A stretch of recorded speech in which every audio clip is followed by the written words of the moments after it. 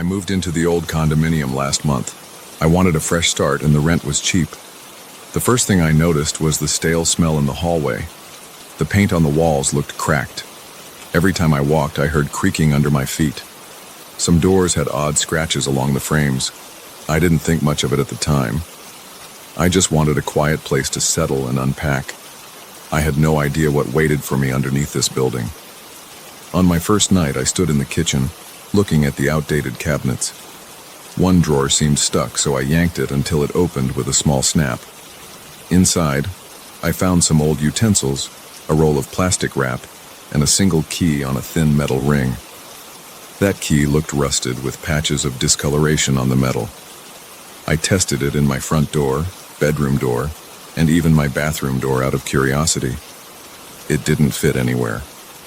It felt heavy in my hand, and for some reason, it made me uneasy.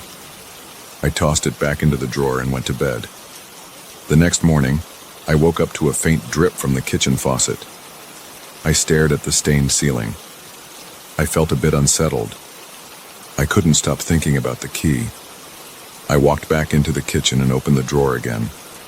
I picked up the key, turned it around in my fingers, and ran my thumb over the rough edges.